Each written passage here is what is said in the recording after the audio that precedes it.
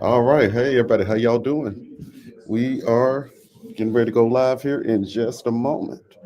Running a little bit behind today, but hey, y'all gonna get on in here and we're gonna have a good show this evening. Hope everybody's doing well and has had a good week so far. We always hope for that.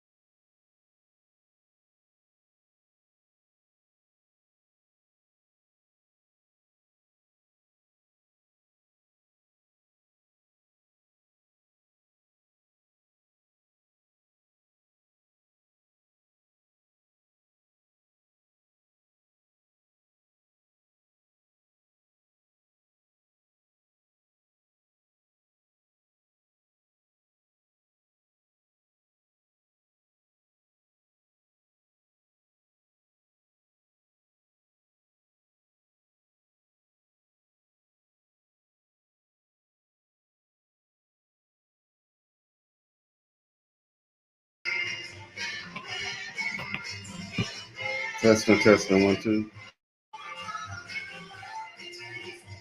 Yo, I'm sorry, having issues here trying to make sure we get it all sorted out. Can y'all let me know if y'all can hear me? I don't know what's going on with this thing.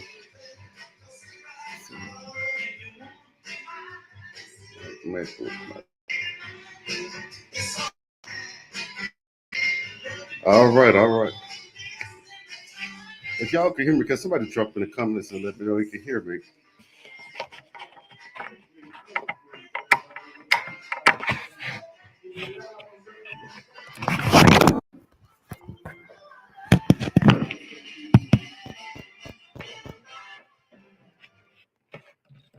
All right. Good evening, everybody. Hines County, District 66, Byram, and all surrounding areas. It is 6 o'clock, Thursday, March 13th.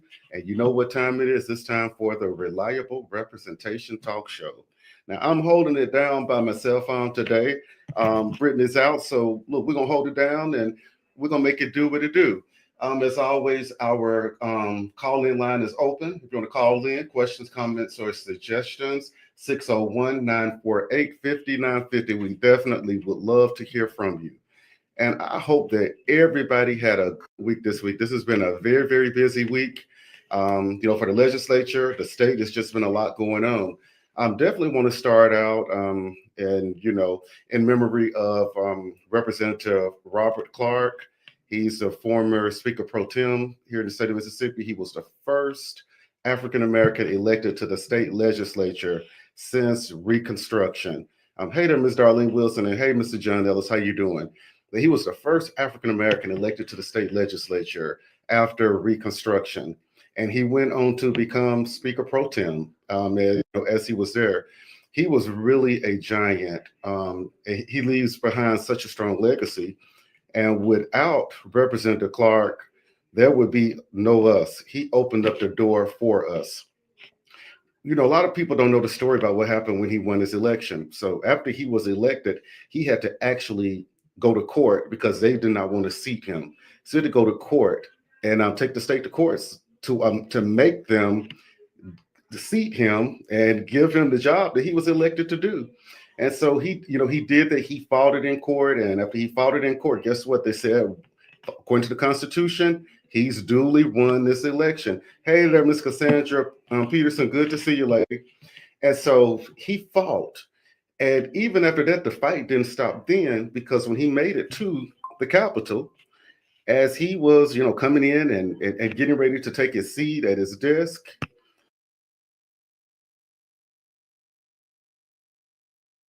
issues going on here. So he was taking his seat at his desk, and none of the members wanted to sit next to him. They said, we're not going to sit next to him. And so what did they do? They took a saw and they sawed the desk in half, because we have seatmates at all of our desks. We have 2-seaters, 3-seaters, and 4-seaters on some rows. I'm on a 4-seater row. But they sawed a 2-seater desk in half, and it gave him his own desk by himself off to the corner because nobody wanted to sit next to him. Now, when you look at that and look at how that happened, he could have very easily said, I don't want to be here because they don't want me to be here. They're not treating me right. But what did he do? He stayed there and he fought. He was a champion for pre-K education. He fought. He became one of the most respected members of the legislature. So can you imagine going from the bottom with people not wanting to sit next to you to the members and your peers electing you to be the speaker pro tem? Because that's an elected position. We pick our speaker and our speaker pro tem.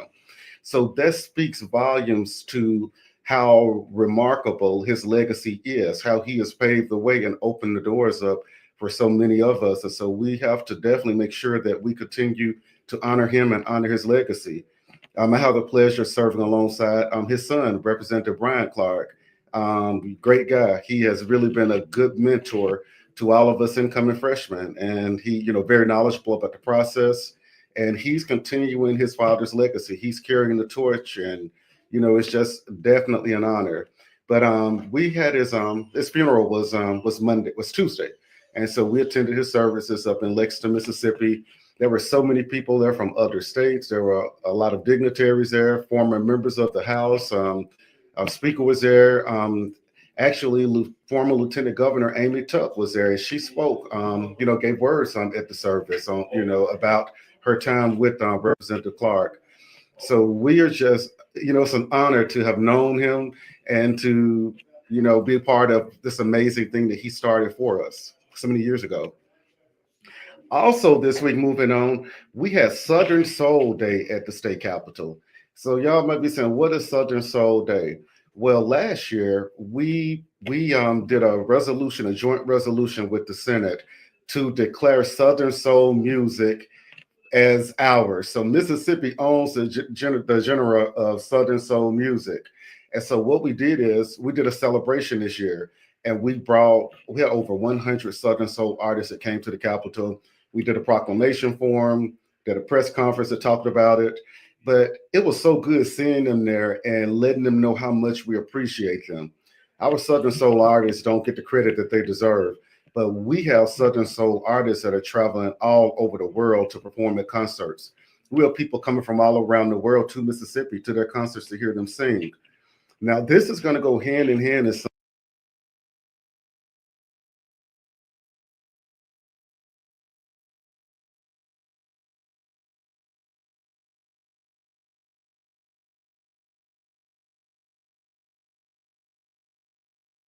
department. So with tourism being in its own department now, it's going to really be able to expand the things that they're able to do. Tourism currently is the third largest industry in our state. And so now we're going to see what we can do to partner with the Southern Soul artists, get some festivals, get some things going, and bring people to our state and let people see the great things that we have going on right here in the state of Mississippi. And y'all, I know y'all always hear me talk about deadlines. Well, we had another deadline this week. Yesterday was another deadline day for us. And the deadline of yesterday was all of our bills that we had. So we've been working on the Senate bills, passing them or amending them and sending them back.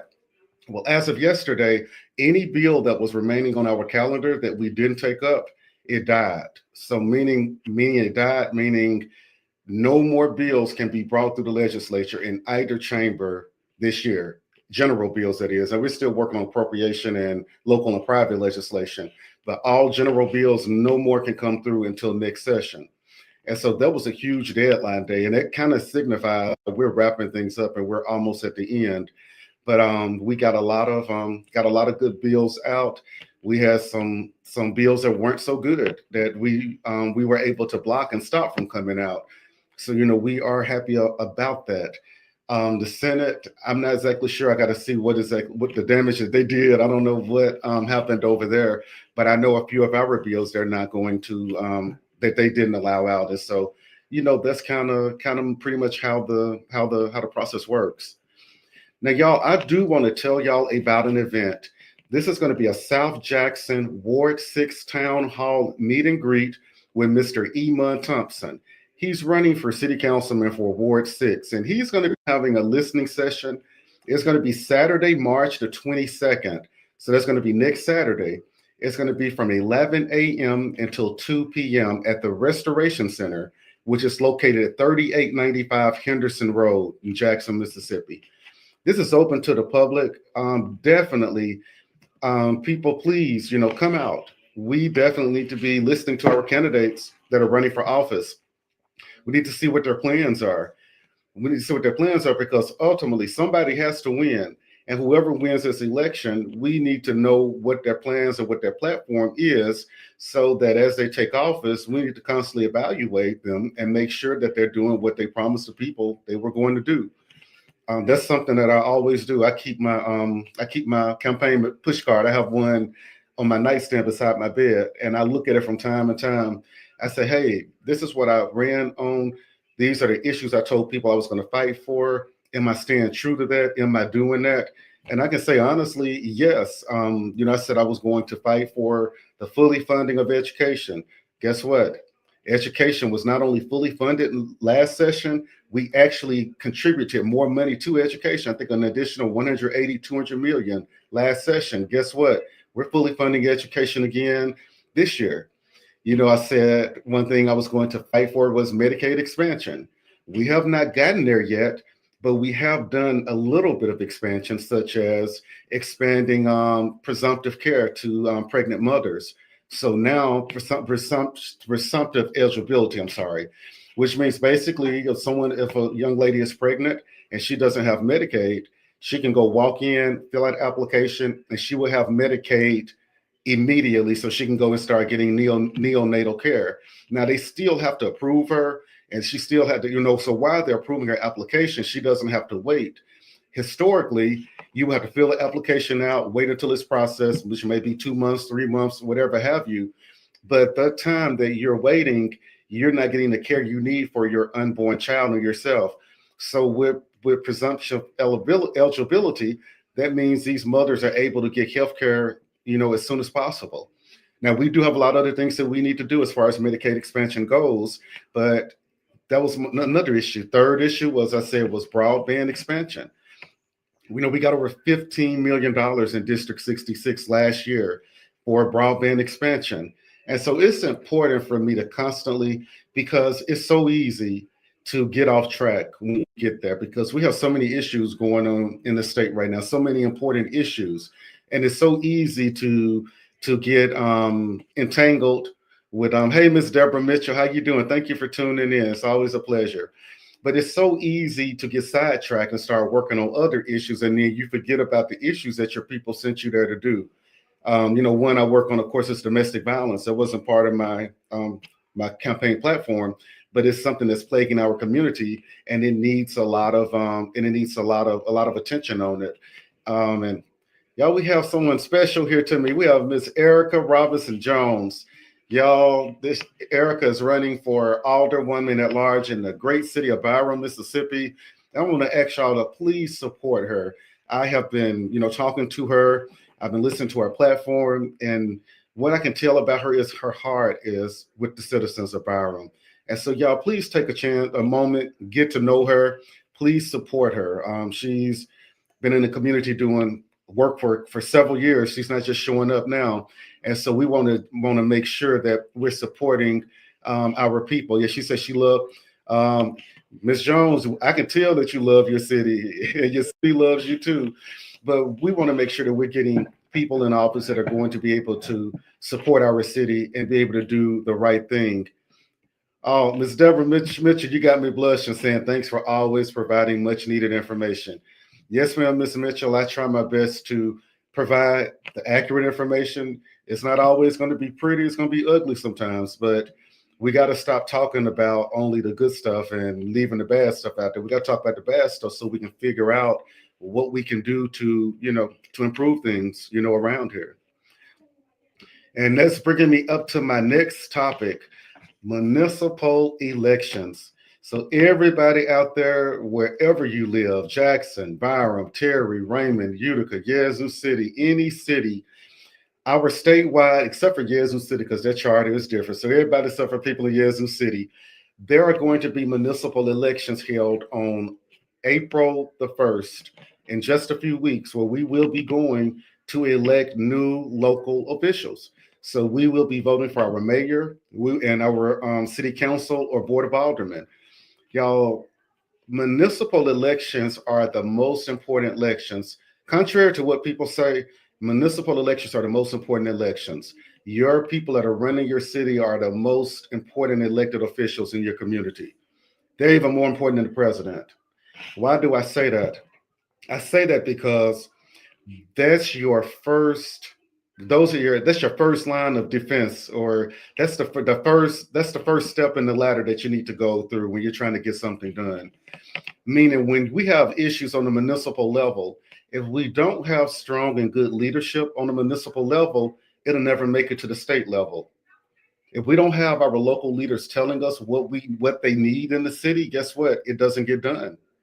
And so all day, every day, we can sit there, but if we don't have people that we can work with on the local level, it's going to be really hard. Your city's going to struggle. You're going to struggle. You're not going to see any movement, anything going on in your city. So we got to make sure we're electing good municipal leaders. After municipal leaders, and we talk about the state level, that's your next important level, because these are the people that are making the decisions for the state. After the state, federal level. And then we talk about the president, because I'm just going to be honest with you, no matter who the president is, be it Donald Trump, Joe Biden, Barack Obama, they have no idea what's going on down here in Jackson, Mississippi and Byron, Mississippi, if they don't have leadership escalating it up the ladder to tell them what's going on. And so that's why I say your local leaders are your most important ones. They're the first people to see what's going on, in the city. They're the ones that come to the Capitol, or was supposed to come to the Capitol and meet with us. They're the ones that are supposed to tell us problems that are going on in the city. We have to have good relationships all across the board. We've been able to get a lot of things done because of the relationships that we have with some of our colleagues that are the local and county elected officials. It's all about working together. And what I commonly hear, which is so disappointing to me, is I hear a lot of our people saying, me, I did this, I'm going to do that. Nothing happens in solidarity. It's not an I. No one I person can do anything. When we talk about the city council, we have seven members on the city council. Things have to be done unanimously. When we talk about the House of Representatives, 122 members, 120 because we have 2 vacancies, but we have 120 members. We have to have a majority on every single piece of legislation that comes through there. So we have to have a majority on that. Well, some of our votes, we have to have a 3/5. They're called 3/5 votes, because 3/5 of the members have to vote. Anytime it's money, a constitutional amendment related to it, we got to have more than just a majority. So I say that to say, I can't sit out here and say, well, I went out here and I got $1 million for the district. No, it's not an I, it's a collaborative effort. We all have to work together to get these things done. Hey there, Mike Magazine, all the way from the big old city of Greenville, Mississippi. Thank you so much for tuning in, and definitely I appreciate your friendship and your relationship as we work to shed some light on the things that we got to shed light on around here. So we got to get rid of that I and start saying we. It's at the point now where some elected officials don't even want to work with other ones, because they say, well, I don't want that person to take credit for it. I want to be the one to take credit. I'm gonna tell you, when it comes to me, I don't care who gets the credit for it, as long as it gets done. It's not all about my name being on something. It's all about it getting done, because these are the people I represent. And our people need to know that we are all working together. That's a sense of pride when your constituents can say, you know what, my councilman, my mayor, my supervisors, my representatives, and my senators, they are working together to make our community better. Versus them having to say, it's only one person that's working hard in our community, others ain't doing nothing. And so that's what I really work on, relationships and strengthening our relationships so that we can get things done. Prime example about, I was talking about our names being on things. As y'all know, I've been a champion for domestic violence. I've been fighting for domestic violence ever since I've been there. This is my second year. Well, this session, I authored a bill. I spent over a year working on this piece of legislation. Been all over the country to domestic violence conferences, figuring out what other states are doing, consulting with attorneys, state agencies to figure out how could we make the perfect domestic violence bill. We got it together. I authored the bill, got co-sponsors on it, brought it up in the House. It passed the House unanimously. Everybody was excited about it. Well, the Senate had a version of a domestic violence bill, and theirs didn't look like ours. There were a few concerns I had with the Senate's version of the bill, because with domestic violence, this is a serious issue. This is not something we can play around with and say, oh, we'll fix it later. And so the Senate has a version and we have a version. Well, guess what? The Senate's version passed and came to the House. The House version passed and went to the Senate. Well, House Bill 1551, which is a House bill authored by me and my colleagues, it never made it out of the committee and Senate. So the Senate never even voted on our version of it. However, the Senate's version came over to us. And when that bill came over there, I said, you know what, let's do what we can. I worked with our Chairman Creekmore, to make sure we got this bill out of committee. My name isn't on it now. We got that bill out of committee. We fixed it, the language in it. We put the language that's going to work in the Senate's version of the bill, and we passed it on the House floor. Guess what? Unanimously again. Once again, like I say, my name isn't on it. It's not about my name being on it. It's about doing the right thing, doing the thing that's going to really change lives for people here in Mississippi. Now, I could have been like, some of them like, well, we're not going to take the Senate's version because I want credit for it. It's not about getting credit. It's about making sure we have good legislation. Now, one thing I will say is that we are very firm on the House version of the bill, because that's the version that we know will work. With that being said, with the amendments that we made, we're going to have to make sure that these stay in the bill. Now, when it went back to Senate for a vote, the Senate, they didn't take it up. They invited conference on this bill. Now, when you invite conference, what happens is it goes back to 6 members. So we have 3 members from the House, which I'll be one of, and 3 members from the Senate. And we sit down and we look at the bill and we negotiate. And we say, hey, this is what we're standing firm on. This has to stay in the bill. They'll say, well, this is what we want in it. And we find the common ground to figure out what's going to work. And then we'll approve it at a conference, and then we'll vote on it again. And so that's what we're standing at, with the domestic violence bill legislation right now. It's not dead. We're not giving up on it. We're going to make sure that we get not just a bill passed, we're going to get a good one passed. And so definitely, we're excited about that, and we're excited about getting it done. And oh my goodness, y'all got a house full coming in here today. That's what I'm talking about. Yeah. So we have a surprise for y'all in just a moment. So y'all hang tight with us. Moving on, the appropriation process. So that's currently where we are right now. Now, I had a few appropriation bills that I authored. I'm asking for fire station, drainage projects, some security cameras, money for road repavement. And so a lot of my constituents have followed the legislation. So a few people reached out because they were concerned, because they saw that all of my appropriation bills, they basically died on calendar. And so I told people, y'all, don't be alarmed. That's part of the process. So whenever we author appropriation bills or Ways and Means bill, which is basically a bond bill, we never vote on those. They always die. The reason we do that is because we're trying to establish a record. So what happens is, right before we get out of session, right before sine die, we have what's called a big bond bill. So we have a bond bill and a big appropriation bill.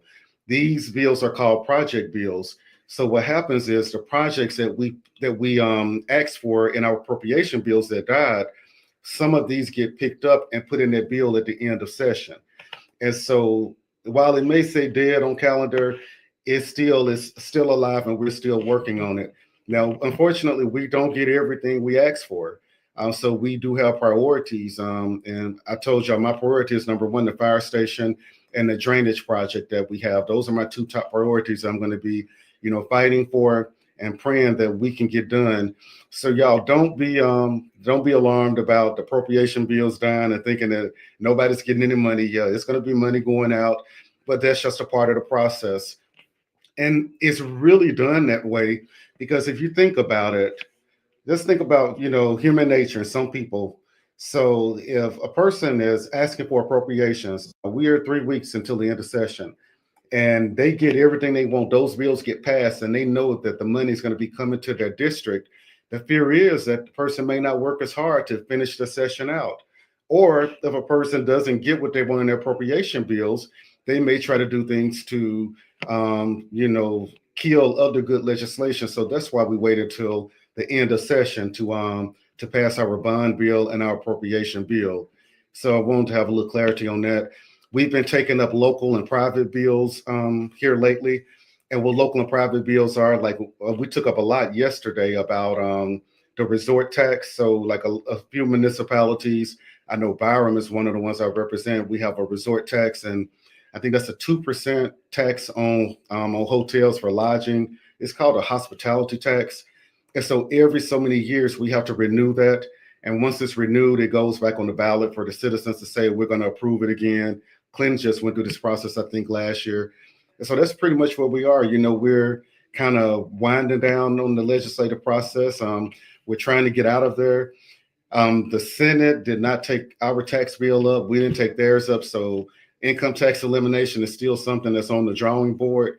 We've been told that there possibly may be a special session called to address the income tax issue if we don't come up with something. Things can happen at the last minute, so we don't know. We can always suspend the rules and get it out there. So I know that this is a big priority of the governor to get done, and so I think that he's not going to stop until he has a proposal, brought to him that that's acceptable to him.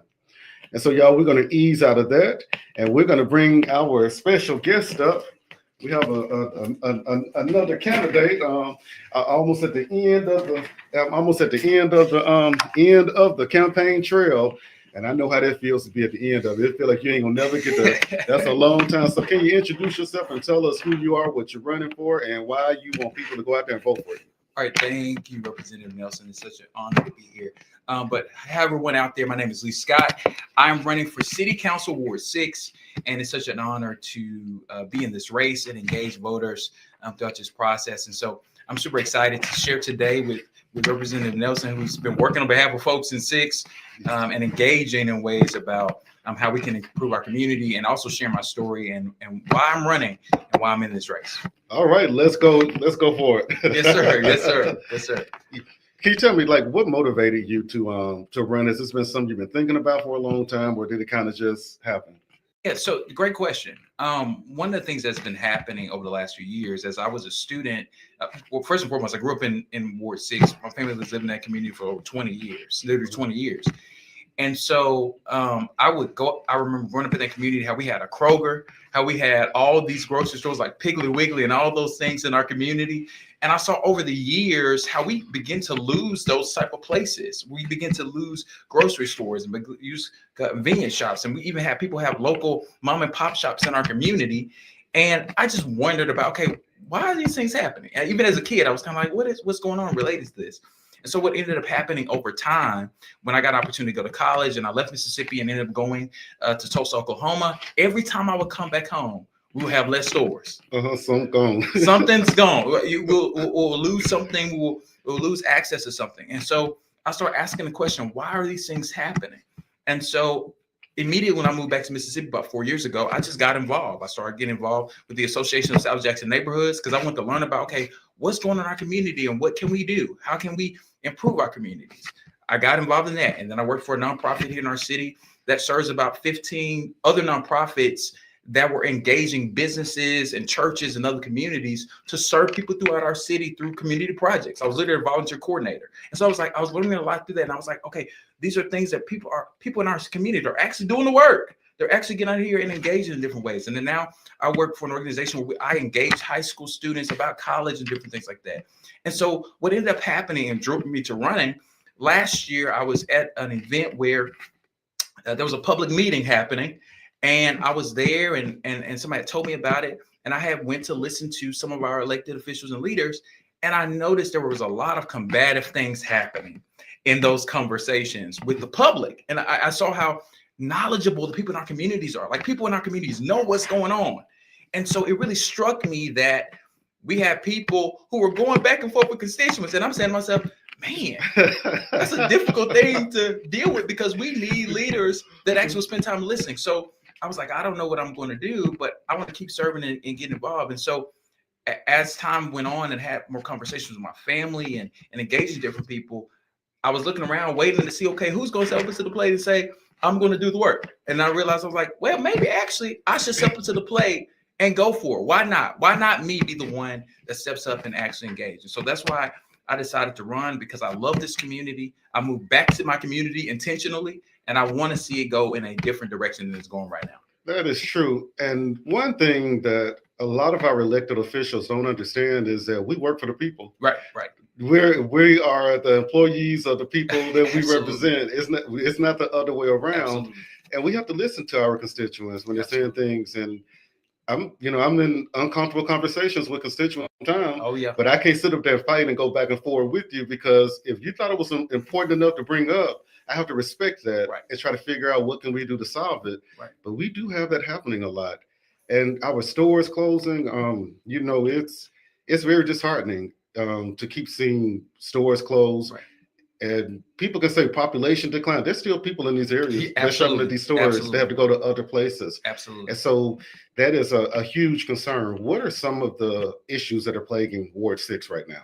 Yeah, so one of the biggest issues is there's a lack of trust in our elected officials that represent our community. And I think it's really telling, because one of the things that I've been seeing and having conversations with constituents, as I've been knocking doors over the last 6 or 7 weeks, a lot of people have been like, man, you out here knocking doors? Man, you're willing to come here and talk to us? They're like, man, that's a big deal, which lets me know that they are expecting their elected officials to engage them.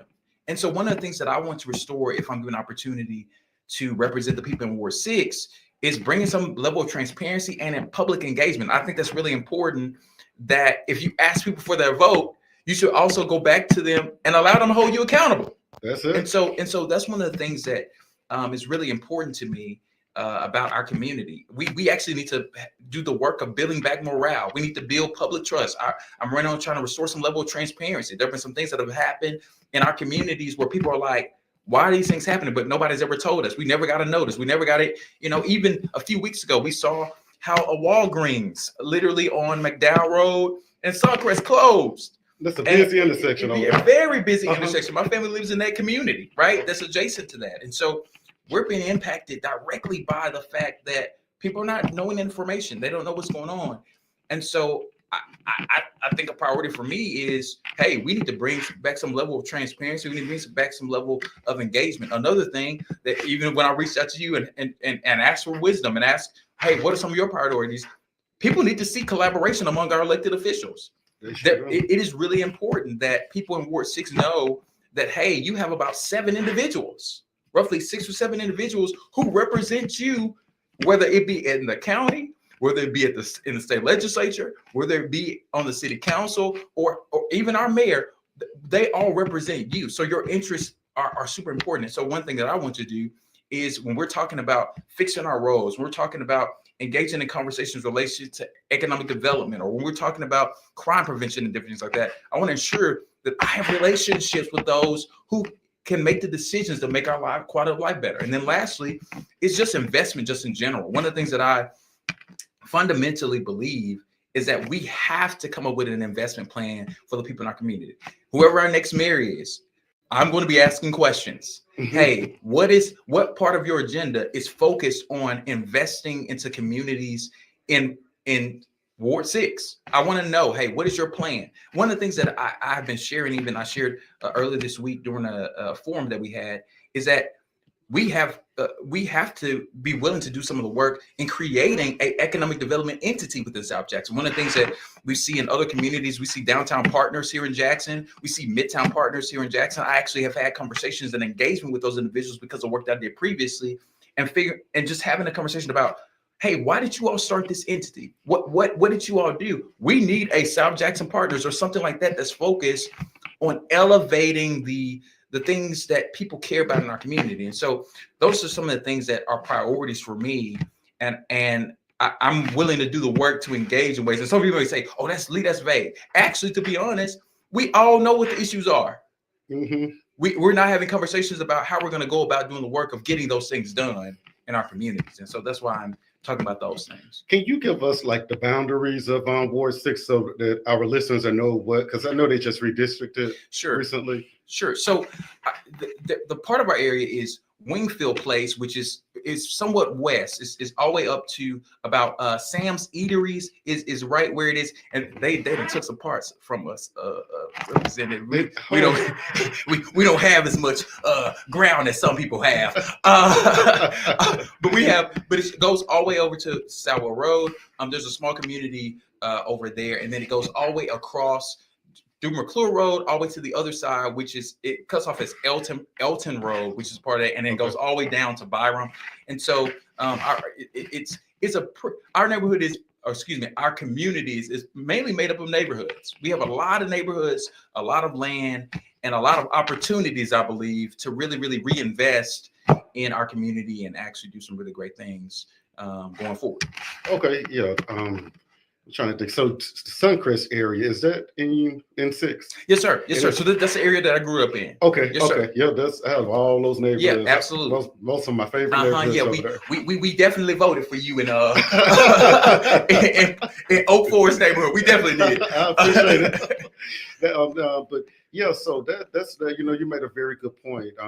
Economic development, that's something that we need. So what would your first 100 days in office look like? So for me, it's interesting that this has been a question that's been asked a lot. And I've been saying this because I think this is super important. I've reiterated the fact that I need to talk to the elected officials that I'm working with. If I'm given an opportunity to be a council member, probably within the first few hours of us taking the oath of office, behind closed doors, I'm gonna be having conversations with other members of the council, because council members got to know how to count. Mm-hmm. It's 7 votes on the council. You need 3 votes to go along with you on any issue. And so all of us are going to have different perspectives, but I'm going to initiate conversations with the other elected officials that represent the people in our communities, because we got to be able to work together to get things done. I'm going to try to have conversations with our mayor very early. Hey, what are your priorities related to who you're going to put on the school board? Hey, who are you thinking about putting on the redevelopment authority?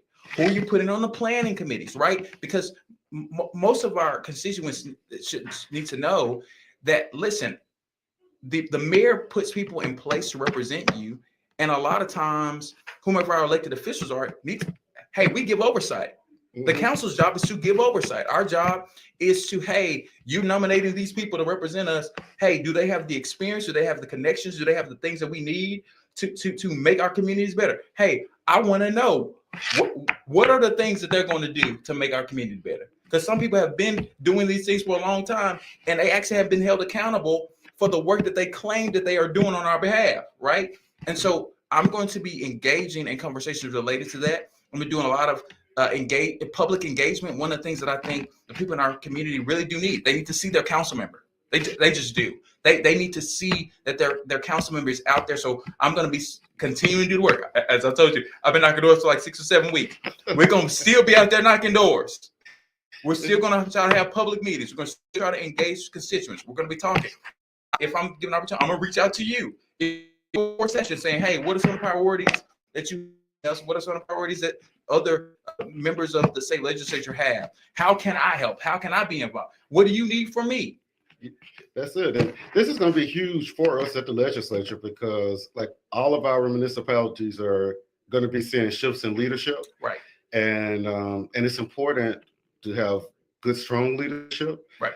Because like I was explaining earlier with the appropriations process, we ask for projects and we're not guaranteed to get them. Right. And if we don't have good leadership in place, that doesn't us. Chairman said, Mr. Chairman said, well, we did that a few years ago, and they didn't do what they're supposed to do with it. So no, I'm not going to go with it. Right. And so that's paramount. And people don't realize how important those relationships are. You have to be able to work with every single person. Absolutely. No matter if you like them, if you don't like them. Absolutely. Because we have too much of that going on. I don't like them. I'm not going. Absolutely. But your people suffer. Absolutely. And if you don't want to work with a certain person, then you don't need to be in a job. Absolutely. Because if I ever had that problem, I'm gonna quit. If I can't work with somebody, I'm saying it's time for me to go home, y'all. It's you're absolutely right, because it's bigger than that. And I think the people in our communities, though they may have different opinions about different people, at the end of the day, they want us to do the job that we have been hired by them to do, which is to make stuff change. If we're going to see our roads get better, one of the things that even a lot of my opponents have been talking about, they've probably been talking about roads and been talking about bridges and all those different things. It's all fundamental based on our relationships. It is. Like, we got to know how to count the votes on the council. We got to know how to move the body. We got to know the rules and regulations of how we move in the council. Hey, we got to have relationships with state legislators. We got to have relationships with folks at the county. The county receives appropriation from the state when it comes down to federal money and different things like that. State legislator, you're asking for money from the state. You talking to Speaker White. Hey, I need you to send money. Please send money toward 6. I need you to do that on behalf. And so these things are super important. And so that is a priority for me. And I think people need that from us. They are expecting us to be willing to do the work and have the conversations and not just, let things go to the wayside because we're unwilling to engage in those ways. Yeah, and that's kind of, how it's gotten though. Yeah. I ain't gonna ask them for it because I know I'm not, but I think that's something very important that people need to really realize that knocking on doors, that was probably my funnest part of the campaign. Yeah. It's knocking on doors, just seeing people like light up and seeing hope. Right. They that hope. They're like, wow, because I will get the same conversation. Like you said, you get from them like, wow, you out here knocking on doors. Yep. We never see anybody out here. Thank you for coming out. Yeah. Come on, get your bottle of water, get your piece of cake. I ate so much food. It was hard with it, but I think that's really, really good. And I think that's really good to to be out there doing that. Yeah. So tell me, what are your other plans? We talked about. Let's talk about roads and streets and things. Sure. So, one of the things that, how many conversations can we have about roads? It's a significant problem in our city, and we really need money allocated towards that.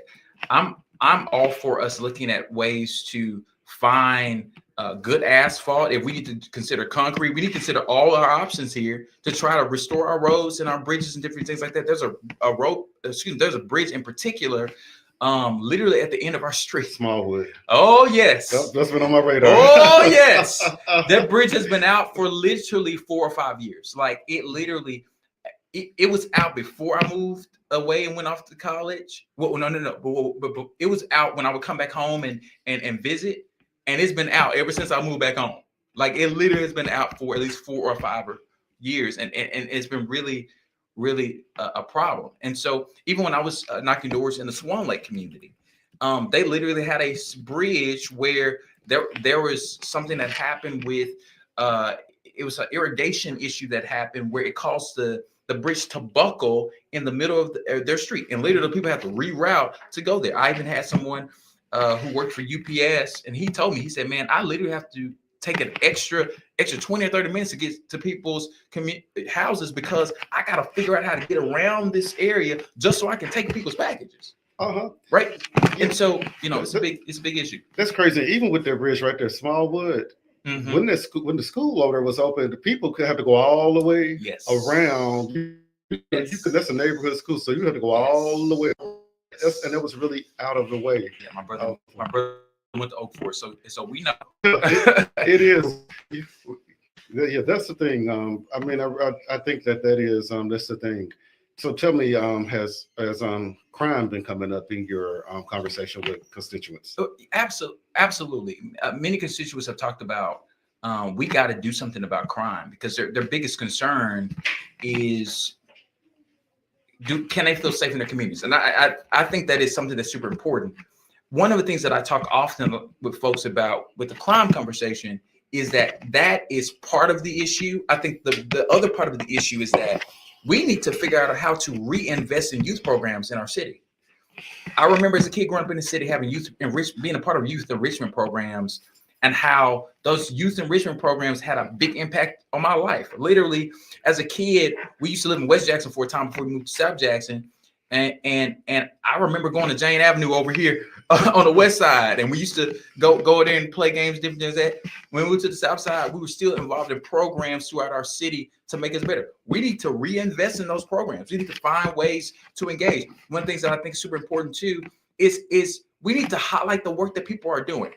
Again, as somebody who works for a community-based organization, there are people in Ward 6 that are doing significant work. I mean, doing so many great things. I could just name a bunch of people that are doing great things, but I'm not gonna, if you start naming, you know how it is. You start naming people, like, your phone ring, you called me. You talk about me, I learned it early. Oh yes. I stay out of that. So, but there are a lot of people doing great things. There are people that are actually addressing homelessness issues. There are folks that are engaging our youth in our communities. There are folks that are engaging folks who are formerly incarcerated in our community. Right? They're doing a lot of great work. But we got to figure out how to get all these people engaged and together so that we're actually able to address things very effectively. And I think, it's going to take a collective effort. I say this, I really believe this. If there's anything I'm going to say tonight, I really believe this. The cavalry is not coming. We got to save ourselves. And it's going to start with us being honest about what's happening in our lives and what's going on. And we got to be willing to work together and do the work to ensure that at the end of the day, we understand there's so much stuff going on in Washington right now. Mm-hmm. There's a lot of stuff going on. You deal with it every day at the Capitol. There's stuff going on at the Capitol. But we collectively have to be engaged in trying to move our community forward. Hey, people keep talking about roads and different things like that. And I know there are folks that are doing things at the local level to try to get things done. It's really important. Hey, if we need to host a block party on this busted road, we're going to host a block party on this busted road because we're going to use it as an example of saying, hey, we came together in spite of the fact that people were saying, wrote us off and actually forgot that Ward 6 mattered, right? And so I think a lot about that. And this is why I'm running and want to be involved in serving people of the community I grew up in. Yeah, you touched on a good point. We were talking about kids. And so when we see a lot of crime is being committed by kids. Yes. They don't have anything else to do. Yes. They don't have, the parents aren't parenting. And they're getting out there in the streets are raising the kids. And we see that because there's nothing to do. Look at our the YMCA or Fortification Street. It's gone. Boys and Girls Club closed down. Right. And so we got to start back investing in our youth. We got to get a handle on it. Yep. This is a bit of a controversial question, but oh boy, but tell me this: how do you feel? I know the council was considering a youth curfew back last year. How do you feel about that? Personally, I don't think it's a bad idea to consider how can we keep our youth in the place that they need to be. Because to be honest, we know nothing good happens after a certain time, right? And so there's no issue with that. The thing is too often we put so much emphasis on preventative measures, and we're not proactive in empowering them to be a part of the solution. One of the things that I go back to my work. I'm literally high school students are sitting in front of me every single day. I'm talking to 16, 17, 18-year-olds all the time, college kids all the time, and talking to them about their next step. If they're going to consider college, they're going to consider going to a trade school. Like, I'm having these conversations, and as I sit and listen to these kids and these young people, they know what they want. They know what they desire to be a part of. But a lot of times they haven't been given the space to engage. Even now, there is a particular organization in South Jackson that is dealing with young people about entrepreneurship. Mm-hmm. They're actually engaging them and talking about how do you build a business, thing like that. Mm-hmm. The organization that's doing that work needs support from people in our community, right? They need to be engaging in some way with those young people. Listen, I go to Forest Hill High School a lot because of the work that I do.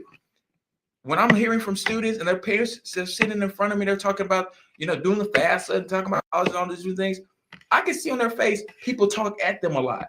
Mm-hmm. So I try to just ask questions, engage them, because the reality is they are part of the solution. And here's, I'll say this, and I'll get off this point, particularly about our youth. people have to remember Jackson is young. The median age in our city is 34 years old. And so if we're thinking about policy and how we're going to make our communities and cities better, especially when it comes down to youth, we have to think about, hey, how are we going to invest into, going back to what you're talking about, youth programs? Listen, we have about 4 great parks across Ward 6. There's some really, really wonderful parks. There are a bunch of baseball fields. Do we need to convert those baseball fields into something else that is more practical for the kids in our community? Hey, can we look for block grants? What are we going to do? You talk about the McClure? Yeah, we have several. We have several. Levelwoods has baseball fields over there. You have Forest Hill Park, which is huge, which is a humongous park in Ward 6. But like there are places where we have opportunities to have walking trails and all these different things, and we have those things in our community, but the city needs some help in those areas, right? They need the resources to do that. And so as a council member, if I'm given an opportunity to represent people in my community, I'm going to be advocating for these things. Hey, how can we partner with the churches that are doing work in the community? How can we partner with community-based organizations or businesses or the schools that are doing things? I've been having conversations in particular with folks at Forest Hill in particular about trying to engage some of the students. I'm like, hey, can I come talk to students about how they understand civics in a way of community service, right? My parents really exhibited community service to me. And so it's a value that I live by. Anytime I come to an event, I mean, you see me out there, anytime I go to an event, I ain't coming to people to see me.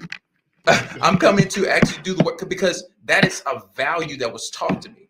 We have to reinforce that value to our young people and get them to understand that, hey, they are a part of the answer if we empower them that way. So I think it's really important. That's it. In civics, oh my God, that is something that we need back in the schools. Oh yeah. Representative Bo Brown, he introduces legislation every year trying to get civics back in schools, and he made a good point this year. He told our colleagues, it's not going to cost us one dime more to put it back in schools. All we got to do is get a curriculum and let the social studies teachers teach it. Right.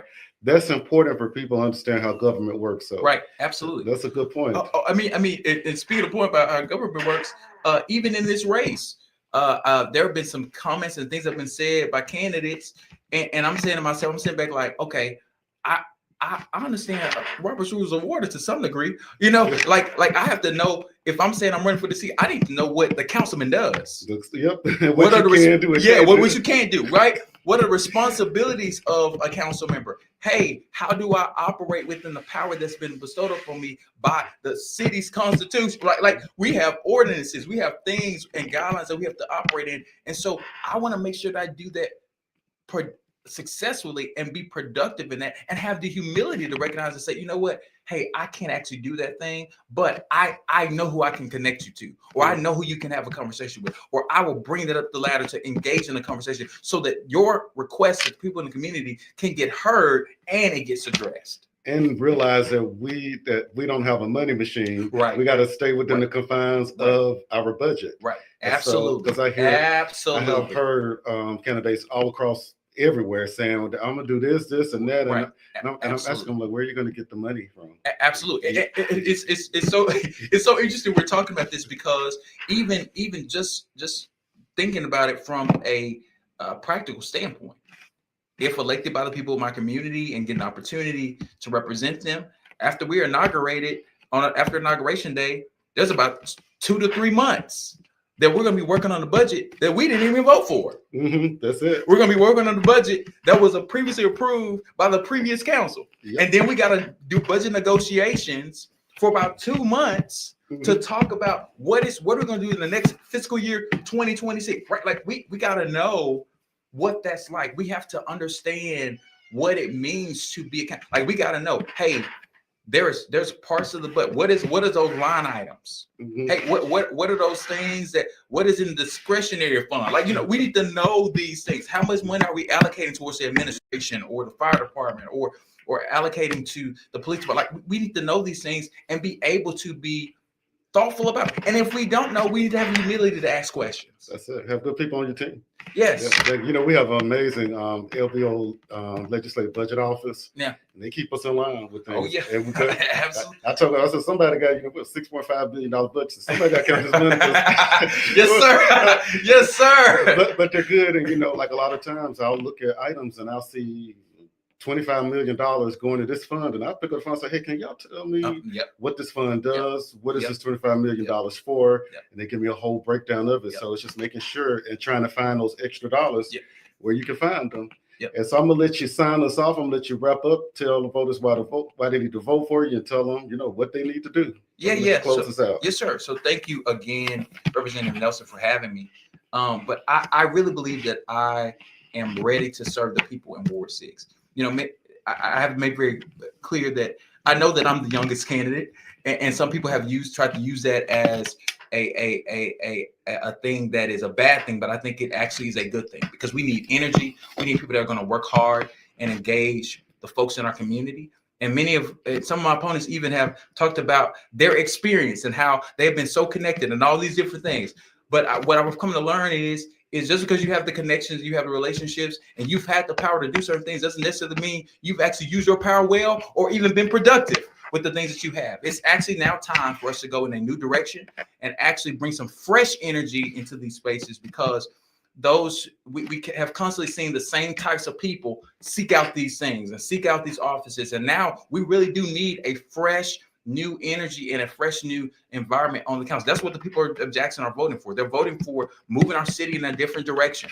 And so I believe that I'm a candidate, and I believe I am the candidate that will move us in a new direction and just approach it differently and try to do what's best for the people of Ward 6. And so I'll be humbled if people vote for me and support me. And so vote for Lee Scott on April 1st. Make sure you pull the lever for the kid. We're in circle the bubble for this young man who actually is going to do some work and really engage and try to represent you well and make you proud. All right. Well, I'm gonna sign us off. And one thing I do want to say is it's not who you know, it's who remembers you. Right. So y'all make sure y'all remember that. All right, y'all take it easy. We'll see y'all next week, same time, same place. Y'all have a good one. Handy, you take us away. Thank you so much. Look.